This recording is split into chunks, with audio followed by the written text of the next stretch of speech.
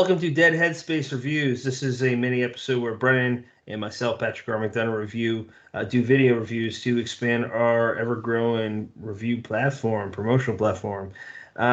We are going to first cover in this very inaugural episode, I guess you can call it, Richard Chizmar's Chasing the Boogeyman. And we begin by Brennan just giving a super brief introduction as to who Richard Chizmar is, followed by a synopsis of the book.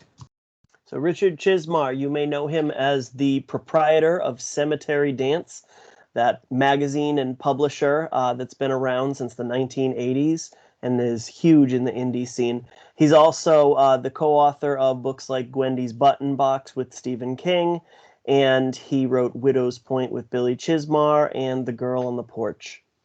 So as far as Chasing the Boogeyman, in the summer of 1988, the mutilated bodies of several missing girls begin to turn up in a small Maryland town. The grisly evidence leads police to the terrifying assumption that a serial killer is on the loose in the quiet suburb, and soon a rumor begins to spread that the evil stalking local teens is not entirely human. But law enforcement and members of the FBI are certain the killer is a living, breathing madman, and that he's playing games with them. For a once peaceful community trapped in the depths of paranoia and suspicion, feels like a nightmare that will never end. Recent college graduate Richard Chizmar returns to his hometown just as a curfew is enacted and a neighborhood watch group is formed.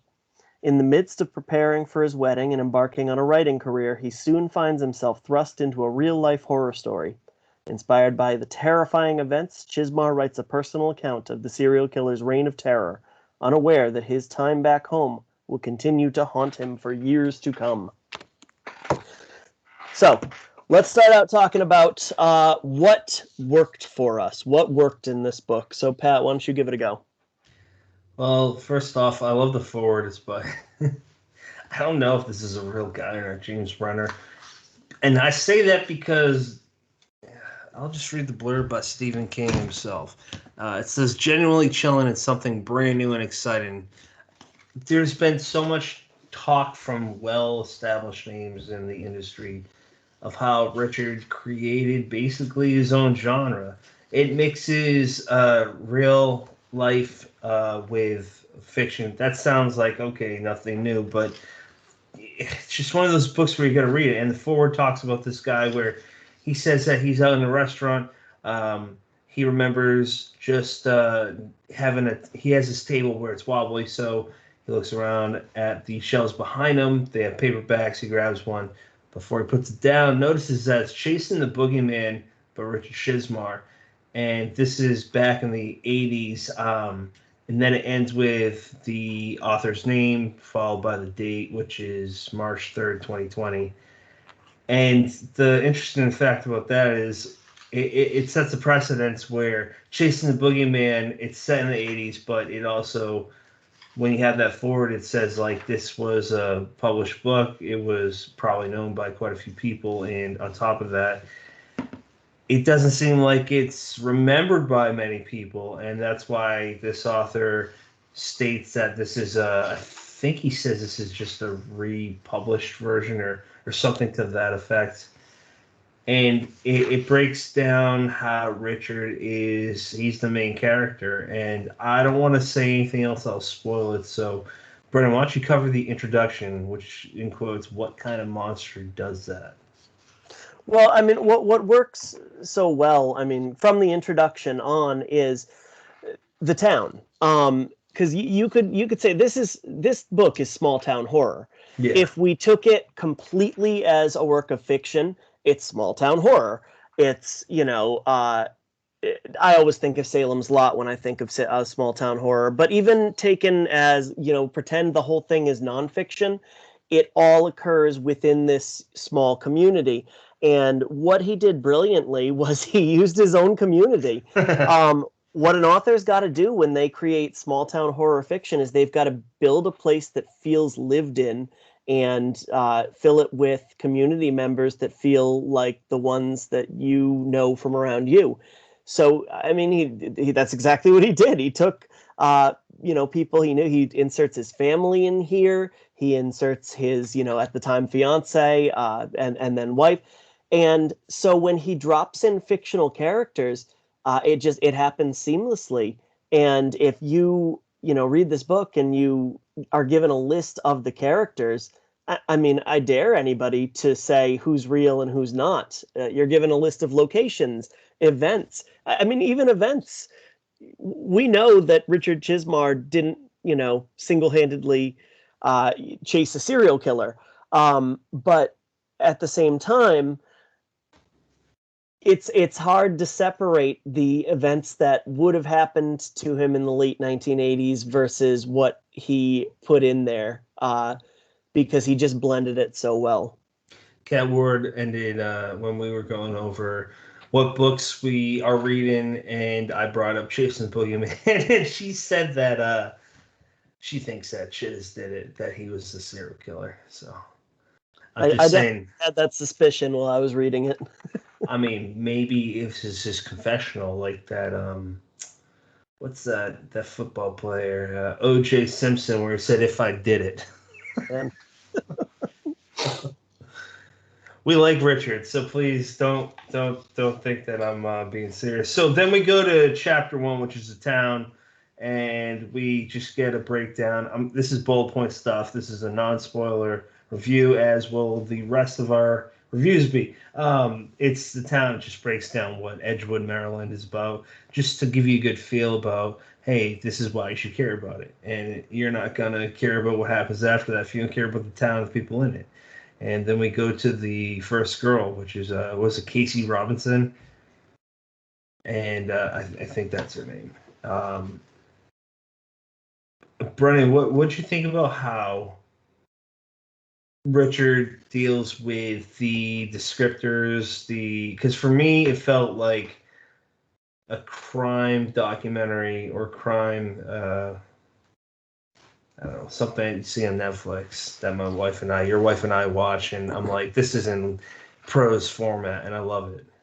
And that's honestly, that's something that I feel shouldn't have worked, but somehow did, because he jumps back and forth a fair bit between this almost clinical documentary style way of telling when he's, describing details that you would have found in police reports, how the victims were found, how they were bound, very bruising and things like that. And immediately after, you'll go to page-long descriptions of just like conversations he'll have with his friends, a night out at a restaurant or something. And, it's for what it's supposed to be, which is a, young man, recently home from college, preparing to get married, but also kind of sucked into this, I want to call it town drama, but drama is a little too weak of a word for it. Sucked into these events happening in his hometown. I mean, that does seem how it would be written, where you're certainly writing about the focus of the book is this killer, this person who is leaving your town in a state of upheaval, but you're a young man. You want to talk about what's going on with you as well. So like I said, it almost seems a little jarring at first that you're jumping back between these two pretty different styles, but he sells it. He commits 100% to the idea behind the book, and frankly, if he didn't, I don't think the book would have worked. Yeah, and then to continue, I don't have anything to add to that besides I agree. To continue, we break it down with other victims, and it's not just the victims. It's not. I mean, these are young girls. They're 12 to 14, something around there, and I mean, they got bite marks on their chests. They're raped. They're killed, and it's gross, but it's this. We see the paranoia set in like it would in any town, and it's just like he breaks. He talks about how these neighbors are suspicious of each other. How fireworks are going off to scare geese at one point, and another neighbor brings his gun out and shoots himself by accident when he trips, and it's just chaotic. And the thing that I thought also worked very well, and I'm curious whose idea this was, if it was his or someone else's, but he has pictures at the end of every chapter just to kind of further highlights the focal points of each chapter. Brennan, what do you think of that, man? Because I can't think of another fictional book where it did this. Yeah, and he definitely addresses that at some point. I think he said something along the lines of like when he picks up a true crime book, you even look at the sides of a book like that and you can almost see the slightly darker pages where it's photographs. He said Yeah. when he picks up a book like that, he always flips to the photos first, and then you get to see him in context as you read the story. But it was that was definitely a consideration. He wanted to kind of add to the authenticity of the entire thing.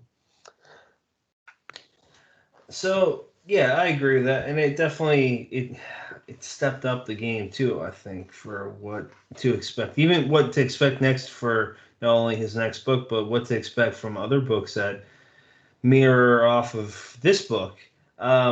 So we jump to the third, and we're jumping all over the place for a reason. We're not gonna. This is not a deep dive. So I'm gonna jump to chapter 7 when we go to his third victim, Maddie, the Boogeyman's third victim. It's unclear first if no, I'm sorry, not Maddie. I'm jumping to the fourth potential victim, which was I think Annie Briggs.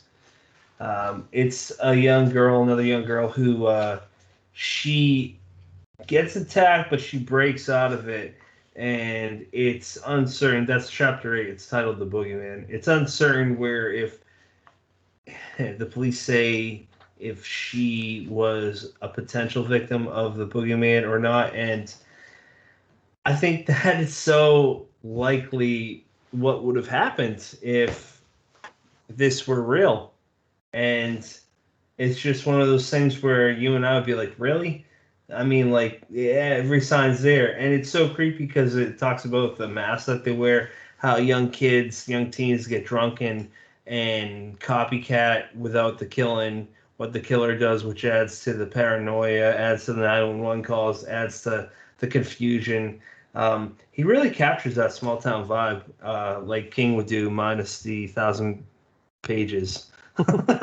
And you mentioned the mask. I think the mask was very like it had this simple quality to it that really drove in the creeps. Well done. You don't need to make it complicated to make it effective. So what I'm going to move us to right now is if you like. Sorry, I got lost there. I don't know, maybe you can cut that part out. Oh no, we're doing a video. You can't. All right, hey. So what I'm going to move us to right now is what's going to make you like this book? What if you like other genres, what do they have in common with this book? And I would love to be able to throw out a title like, hey, if you checked out this book and you dug it, I think Chasing the Boogeyman is for you. But you can't really do that because it's very unique. It doesn't really match up with anything I can think of, maybe with the exception of Truman Capote's In Cold Blood, which is true crime but told almost like you're reading a book of fiction in more of a prose style. This one definitely, if you're a true crime fan but you're down for fiction, that fits here. It even has some elements of police procedural to it, where he gets kind of roped in and rides with the lead detective. There's certainly some elements of whodunit, whereas Patrick mentioned the whole idea of the paranoia developing within this small town, because pretty early on it becomes evident that the person who is perpetrating these crimes is somebody from the community, or at least somebody very, very familiar with the community. Anything to add there? No, not really. Besides the fact that that who Shiz rides with, he mentioned specifically that it's like Danny Glover, and I can't get that out of my head because I love Lethal Weapon, and I think he's getting too old for this shit. So I think that if you like true crimes, like you said, I'm not saying anything new because I don't know what else to say in relation to this book. But if you like true crimes, but in book format, if in prose and fiction format. And this is the book for you. If you want to try something new, if you like Richard Chizmar, if you like Cemetery Dance, I mean, he's the guy that started it. If you don't like any of that stuff and you are looking for a good book that just reads well and smooth, I literally brought this when I took my vacation to the Cape with my family.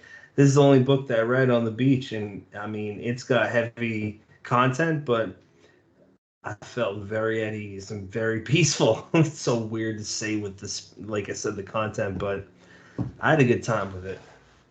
So that's all I got to add. So how about this? How about you do the outro? All right, so let's hit star ratings real quick. So we'll go with the your typical out of 5-star rating. I'm going to go ahead and give it 5. And when we're doing Unburying the Dead, a lot of times we'll take things like this book did it first into account. And you certainly, he's not the first person to put himself into fiction. We think of Stephen King hanging out in with his triplet self at the end of the Dark Tower. Sorry, spoilers for a book that's 20 years old, but so he's, but in this format, I can't really compare it to anything else that it's exactly like. So I gotta give him points for the originality. You've got to give him points for the people you see that literally can't tell this is, barring the little disclaimer at the front that says this is fiction. They can't tell that it's fiction because it blends so seamlessly, and you can look up the town and its landmarks, on Google Maps or whatever. And it's entertaining. If it was just original, but it wasn't executed well, then you could fault it, but it's executed well. So I'm going 5 stars. I'm going 5 stars for the simple fact that it's just a well-told story. It's a true crime.